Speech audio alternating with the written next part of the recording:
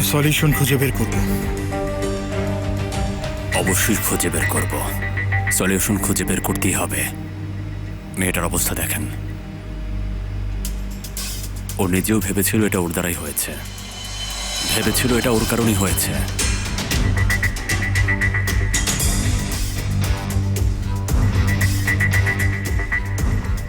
মুরাদ,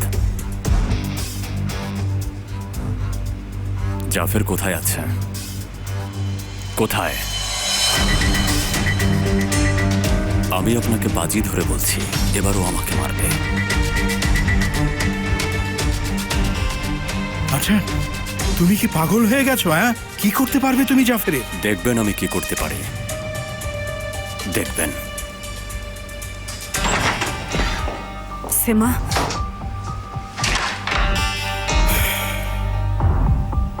আমি ওনার লয়ার। আপনি কিছু বলেছেন? আমি এটা করিনি। অবশ্যই আপনি এটা করেননি। কি সিচুয়েশন? ময়নাতদন্তের ফলাফলের ভিত্তিতে আমরা ক্লিয়ার হতে পারবো। আসলে পরিস্থিতি খুব গুরুতর। কামাল সাহেব বাহারি হুম্মানের উপর ইনভেস্টিগেশন করছিলেন। দেখুন, এটা ক্লিয়ার যে এটা একটা ষড়যন্ত্র। আমার ক্লায়েন্ট নির্দোষ। আপনার কাছে কি এটা প্রমাণ করার কোনো এভিডেন্স আছে? এখনো পর্যন্ত না, তবে এটা স্বাভাবিক মৃত্যুও হতে পারে। তার ওষুধ ফরেন্সিক ডিপার্টমেন্টে পাঠিয়েছি।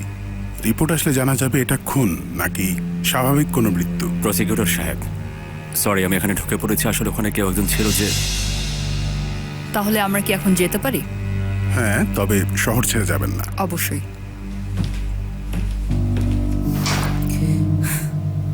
আমি বলছি ওখানে কেউ ছিল, আমি ওখানে ছিলাম। এটা জাফরের কাজ, বুঝতে পারছো না কেন? প্রসিকিউটর তোমার কথা বিশ্বাস করবে?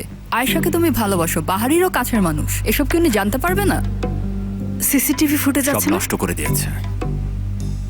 আচ্ছা, এখান থেকে আগে আমরা বের হই, ময়না তদন্তের রিপোর্ট আসুক, তারপর দেখা যাবে কি করা যায়। ঠিক আছে? Come on, let's go.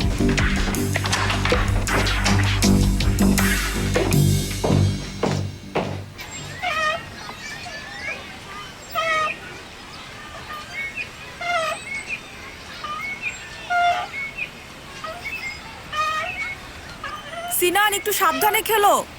ঠিক আছে মা।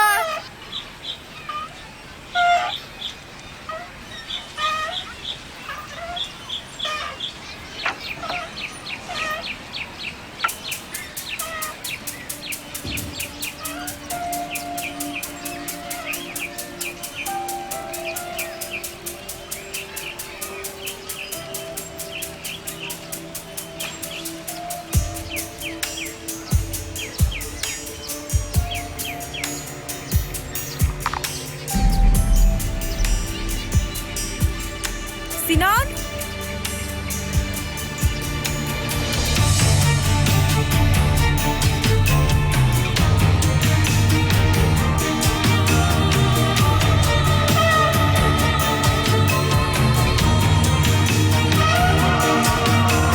তুমি আবার কোথায় চলে গেলে?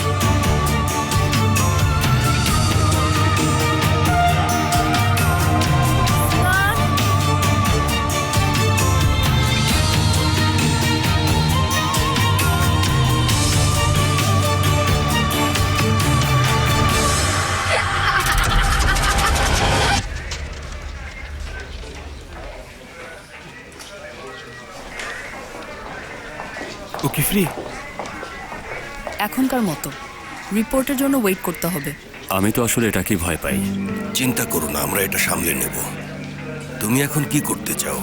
আমি বাসায় যেতে চাই, খুবই ক্লান্ত। আচ্ছা, তুমি আসছো? না, আমার একটা কাজ আছে। একটু দাঁড়াও, কথা বলে যাও। পরে বলবো।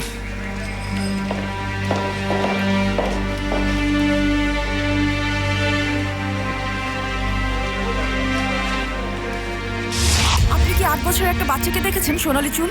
না, আমি দেখিনি। ও আল্লাহ, আমি পাগল হয়ে যাচ্ছি। সিনান,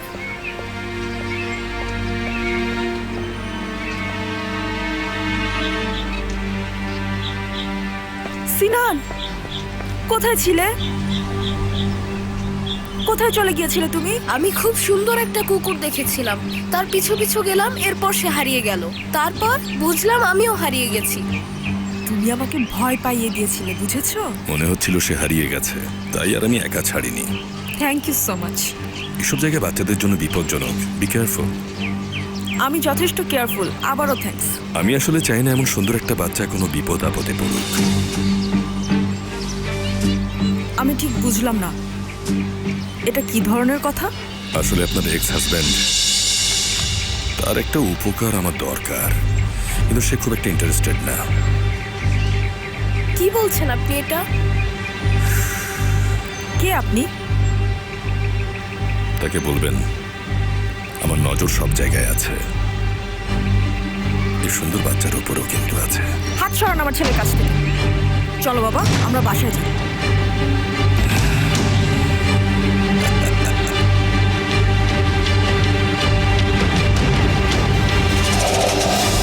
তুমি রেডি বাবা? আমি রেডি মা। এখানে থাকবেন নাকি বাসায় যাবেন স্যার? কিছু সময়ের জন্য এদের দুটোকেই অ্যাভয়েড করি। চলো মেরিনায় যাই। ঠিক আছে স্যার।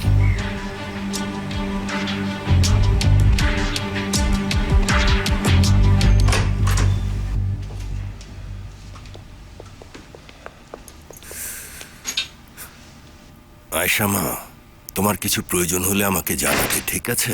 ঠিক আছে বাবা।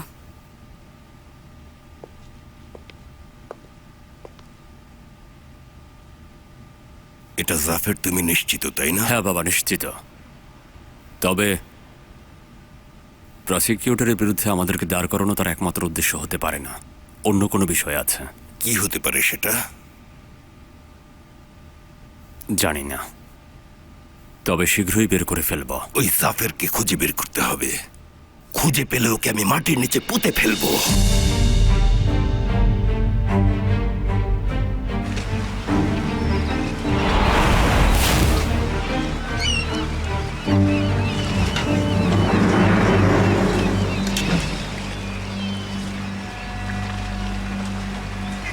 আমরা বাসায় যাচ্ছি না কেন বাবা? আমরা কিছুদিন এখানেই থাকবো সুরা। বাসায় থাকতে থাকতে বোর হয়ে গেছি। তোমার কি সমুদ্র পছন্দ না?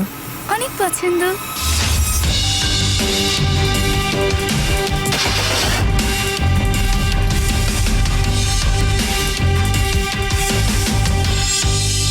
প্রথমে আমি তাকে মাথায় গুলি করতে যাচ্ছিলাম, কিন্তু এটা ঠিক আমার সাথে যায় না। সে অলরেডি জানে আপনি তার পেছনে আছেন। এই লোক সব কিছু করতে পারে। এখন সে কোথায় লুকিয়ে আছে কে জানে। যে কোনো মূল্যেই হোক না কেন, ওই লোক যেন বাঁচতে না পারে মোস্তফা। তোমরা এখনো তোমাদের জঘন্য প্ল্যান নিয়ে ব্যস্ত, তাই না? তোমাদের এই ভয়ঙ্কর প্ল্যানের কারণেই একটা 17 বছরের ছেলে আজ মারা গেছে। আমরা কোনোভাবেই জাফেরকে ছেড়ে দিতে পারি না। অনেক হয়েছে বাবা, দোহাই লাগে তোমাদের। যত বেশি নোংরা কাজ করবে তোমাদের চারপাশটাও দূষিত হবে। যত বেশি সমস্যা করবে তোমার চারপাশের লোকদেরও সমস্যায় ফেলবে। আয়শা, তুমি কি চাও না জাফের তার শাস্তি ভোগ করুক? অবশ্যই চাই, আমি চাই সে শাস্তি পাক, কিন্তু এভাবে না। তোমরা যেভাবে করে থাকো। আজ আমার কোলে একটা ছেলে মারা গেছে। সে আমার ভাইয়ের মতো ছিল, কিন্তু এখনো কিছু করতে পারিনি। আয়শা, নিজেকে দোষারোপ করো না। এর সাথে তোমার কোনো সম্পর্ক নেই। তোমরা তো ছেলেটার খুনিকে খুঁজে পেয়েছো, আর তাকে শাস্তিও দেবে। আমার ভাইয়ের কি হবে? ওর মৃত্যুর জন্য কে দায়ী? বলো বাবা, আমার ভাইয়ের মৃত্যুর জন্য কে দায়ী? আমি দায়ী আয়শা, আমি। তুমি তো এটাই শুনতে চাও? আমি স্বীকার করছি, তোমার ভাইও আমার কারণে মারা গেছে। হ্যাঁ, এবার শান্তি পেয়েছো? ওকেও আমি মেরেছি, আমি খারাপ বাবা ছিলাম। এটাই তো তুমি বছরের পর বছর শুনতে চেয়েছো। হ্যাঁ, এবার শুনলে?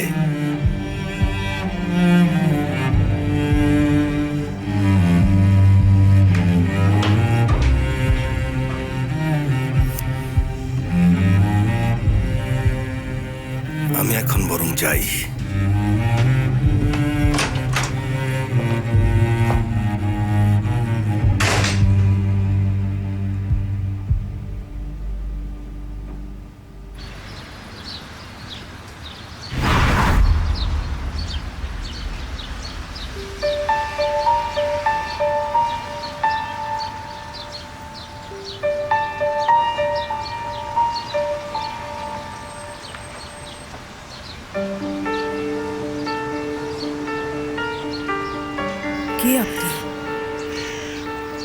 তোমার মেয়ে, তোমাকে কিছু প্রশ্ন করার ছিল মা। আমার মেয়ে? হ্যাঁ মেয়ে, আমার কিছু বিষয় জানা দরকার, একটু মনে করে বলবে মা? আমি তো কিছুই জানি না। মা, বাবা তোমার আর আমার বোনের সাথে খারাপ কিছু করেছিল। আমার বাবা, তোমার স্বামী, বাবা, মা বাবা কি খারাপ মানুষ ছিল?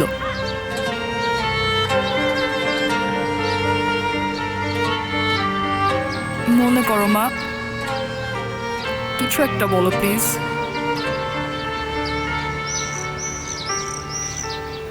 আমার বোন বাবার কারণে সুইসাইড করেছে? সব কিছুর জন্য আমিই দায়ী। সব কিছু আমার কারণে হয়েছে। আমি থামাতে পারিনি। সব কঠিন হয়ে যাচ্ছিল, আমি কিছুই করতে পারিনি। আমার কাছে সাহায্য চেয়েছিল, রাগ করেছিলাম। আমি কিছু শুনেছি মা। এগুলো কি সত্যি? বাহারি উম্মানের কাছে কি তুমি সাহায্যের জন্য গিয়েছিলে? আমার জন্য কি কিছু করতে বলেছিলে তাকে?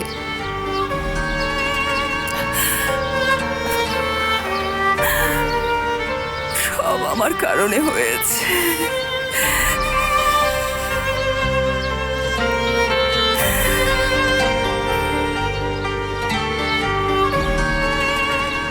আর কিছু বলতে হবে না, সব জেনেছি আমি, সব কিছু।